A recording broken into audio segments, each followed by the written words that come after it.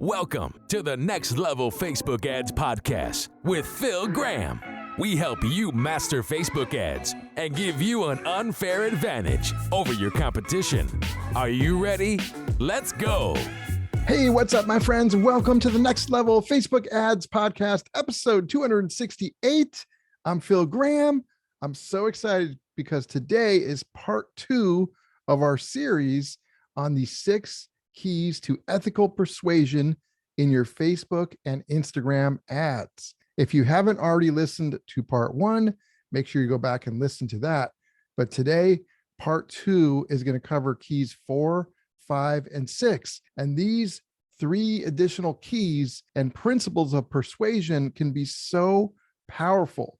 They literally can mean the difference between failure and success when it comes to Facebook ads. So I'm very, very excited to share these with you guys today.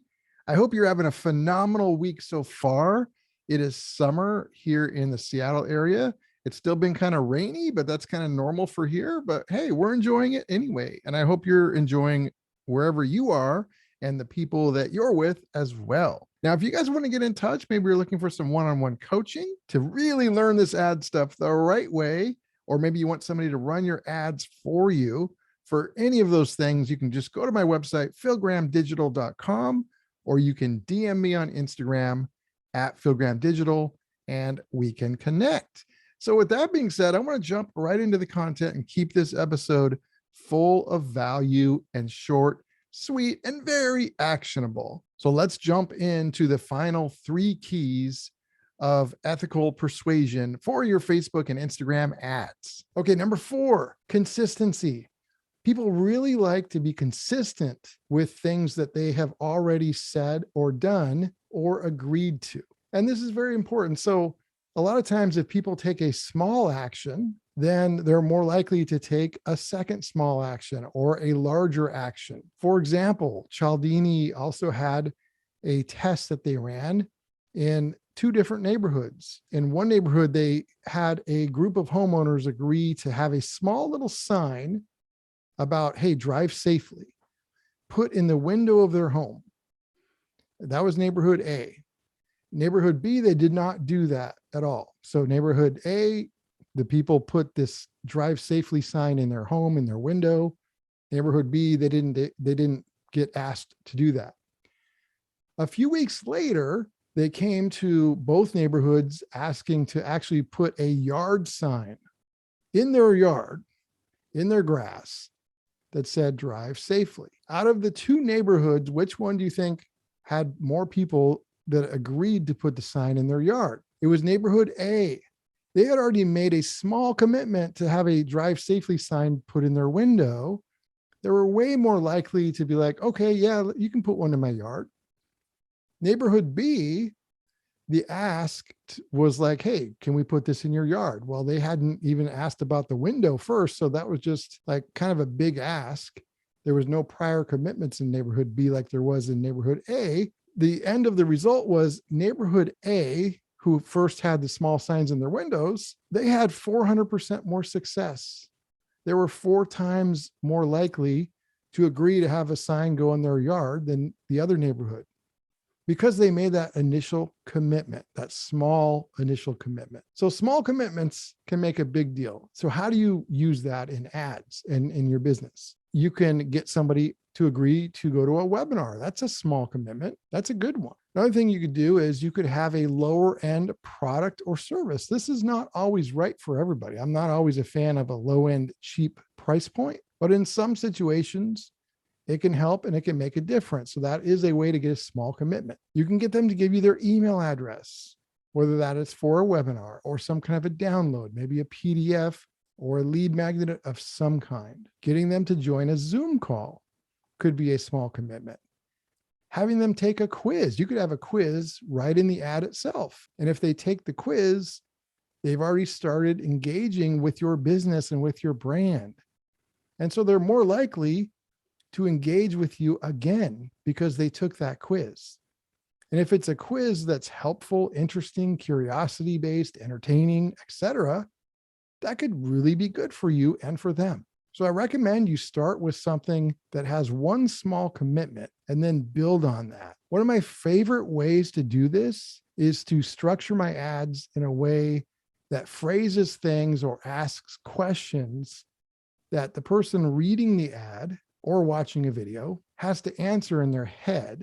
And it will presuppose that they're already aligned with your brand and your beliefs. It's very, very easy to do and very powerful. When you do that, I mean, it's amazing. So think of different ways you could use this. I know this one, depending on your business, like it may be easy or hard for you to think of things, but there's lots of ways you could use this principle. And if you're not using it, you're leaving money on the table. So make sure you try some different things. Okay, we're going to go through the last two really quick. Number 5 is liking, the know, like, and trust factor. It's just a known fact that people are more likely to do business with not only people, but companies and brands that they feel like they like and trust. And how do you know whether you like somebody that you don't really know? Obviously, if it's a friend or somebody in your personal life, you know if you like them or not. But if it's not, if it's somebody you see online or an ad that you see, how do you know if you like them? What generates somebody liking somebody or trusting somebody? There's a couple different things. People definitely say yes to the brands they like. So what really determines whether they like you or your brand? One thing is whether they feel like they're similar to you and you're similar to them. And I'm not talking about like how you look. I'm talking about like the challenge you help them overcome, or the goals you help them achieve, or maybe an attitude or a way of looking at life. One good example would be a brand who really focuses on being sustainable and good for the environment. Well, that could really align with a lot of different people, and they would be likely to like you and your brand just because of that alone. But there's like 100 different things you could use to communicate to generate that same kind of feeling. So you don't want to ever fake it. You want it to be real, but you do want to communicate things so that people will feel like that as a brand or an entrepreneur, you're similar to them. And again, not you personally, but what you stand for. Another way is through cooperating with them towards mutual goals. So when they know that you're on their side and you want to help them reach a goal, whether that's how to make more money, how to look better, how to buy clothes that make them stand out, how to have more fun, no matter what kind of product or service you sell, you can help somebody reach a goal, whether that's a big goal or just a goal to make them smile that day. When they know that you're really driven to help them do that, that can be a way they can know, like, and trust you really quickly as well. So don't fall into the trap of like what some people do is they just air their whole life out on social media and even tell people about all these crazy things that happen in their life to try and be relatable. You don't have to do that. You just have to care about your customers and talk about what's important to you and what's important to you as it relates to them and how you help their lives. That's what really matters, not any of that other stuff. And one way I really like to do this in my ad copy is really using empathy. When you use empathy in your ad copy and you meet them where they're at, and then you describe wanting to make them happy and improving their lives, that can go a long way. Again, it works for me because it's genuine. If it's not genuine, it's not going to work. So make sure that when you do this, it truly, whatever you're doing truly is real. You're not doing it just to use it as a tactic. And then last but not least, principle number 6 is social proof.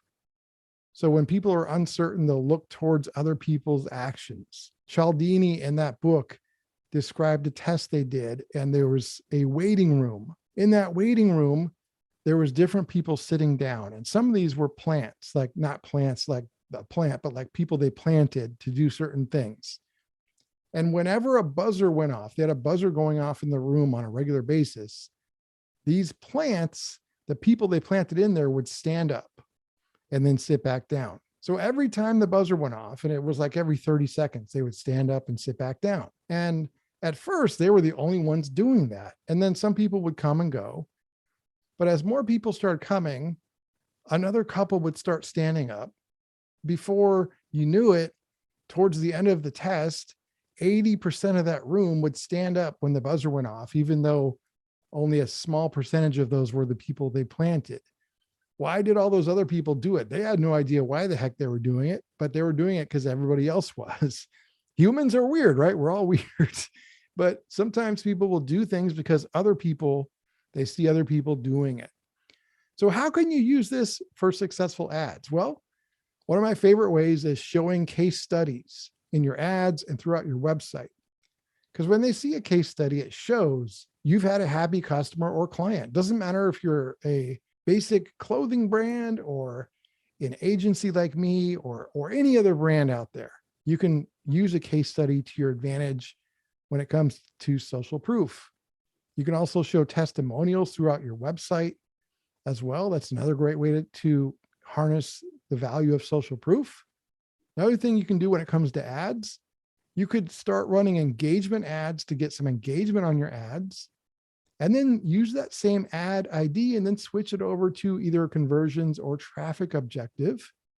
And that can work really well also. One big point though is do not get caught up on vanity metrics. This is not 10 years ago. Most people know that vanity metrics don't equal success. Many times they're even faked, but regardless of whether they're fake or not, it doesn't equal success. Some of the richest people I know could post on social media and get almost no engagement. Yet I know a lot of people that are poor, they can get tons of engagement because all they do is sit on social media and post. They don't actually run a business or do anything. So don't get caught up on vanity metrics. That's not what I'm talking about when I'm talking about social proof. And then one last ad tip in regards to this, how you word something, whether it's in an ad or an email or a landing page, can even also show you social proof and demonstrate social proof. So for example, instead of saying, order from us today, you could say, we'd love you to join 3,327 other happy customers and place your order with us today. It's basically saying the same thing, except that second way is so much more powerful. So think of how you could word certain things in your ads, on your landing pages, in your emails, and anywhere else that would demonstrate more social proof. And again, don't fake it. Make sure it's real stuff. My friends, thank you so much for listening. I hope this was super helpful. To recap, the final 3 keys were consistency, the know, like, and trust factor, and social proof. And if we actually recap all 6 keys, we have reciprocity, scarcity, authority and credibility, consistency, know, like, and trust, and social proof. That is the full 6 keys to ethical persuasion. Make sure you guys don't just listen, but most importantly, take action. Use this stuff in your ads, on your landing pages, on your sales pages, in your emails, and it could literally change your business and change your life. Episode 268 is in the books. Thank you so much for listening. Again, if you want to get in touch, philgrahamdigital.com is the website, or you can DM me on Instagram at philgrahamdigital. Got some really exciting episodes coming up, so make sure you stay tuned, and I will talk to you guys next time. Peace out. Thanks for listening to the Next Level Facebook Ads Podcast. Please remember to subscribe and share this with all your friends. For show notes, more tips, and to learn more about Phil, please visit philgrahamdigital.com/podcast.